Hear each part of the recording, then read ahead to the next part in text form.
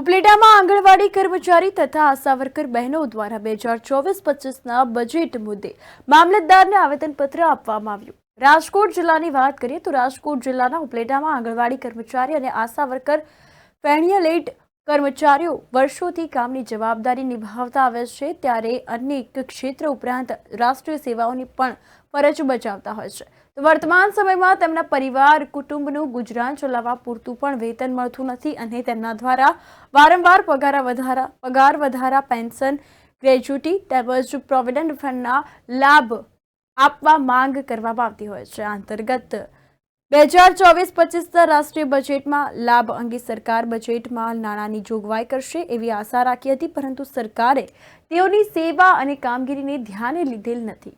ત્યારે આવેદનપત્ર દ્વારા માંગ કરેલ છે કે આ વચગાળાના પૂરક બજેટમાં અમારા અધિકાર અને લાભ અંગે સમાવેશ થયો નથી, તો ચૂંટણી બાદ યોજાનાર રાષ્ટ્રીય પૂર્ણ કક્ષાના બજેટમાં નાણાંની ફાળવણી કરવામાં આવે તેવી માંગ ગુજરાત રાજ્યની આંગણવાડી કર્મચારી તથા આશા વર્કર પેશિયલેટર વર્કરોની વિનંતી સામે આવી છે। તો આ અંતર્ગત મામલતદાર કચેરીએ આવેદનપત્ર પાઠવવામાં આવ્યું અને બહોળી સંખ્યામાં આંગણવાડી કર્મચારી તથા આશા વર્કર બહેનો હાજર રહ્યા હતા। મારું નામ વાળા પુષ્પાબેન મુરજીભાઈ છે। હું ઉપલેટા તાલુકાના પડવલા ગામે આંગણવાડી વર્કર તરીકે ફરજ બજાવું છું અને ગુજરાત આંગણવાડી કર્મચારી સંગઠનમાં કારોબારી સભ્ય તરીકે પણ છું।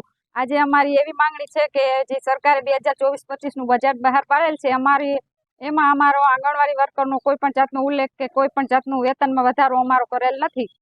તો અમે અત્યારે અહીંયા ઉપલેટા મામલતદાર કચેરીએ આવેદનપત્ર આપવા આવ્યા છે અને બજેટના વિરોધને લીધે અમે અહીંયા મામલતદાર કચેરી આવેદન આપવા આવેલ છે।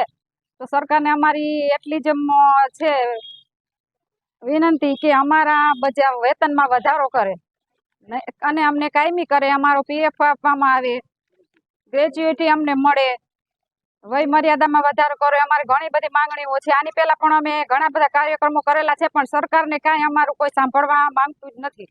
મારું નામ સમા નીલોફર, હું ઈસરા ગામમાં આંગણવાડી વર્કર તરીકે ફરજ બજાવું છું અને આજે અમે મામલતદાર સાહેબને આવેદનપત્ર દેવા આવ્યા છીએ। અમારી માંગ છે કે અમને પહેલા તો કાયમી કરો, લઘુત્તમ વેતન આપો અને અમારો જે પગાર ટાઈમ ટુ ટાઈમ થતો નથી ને ટાઈમ ટુ ટાઈમ પગાર આપો।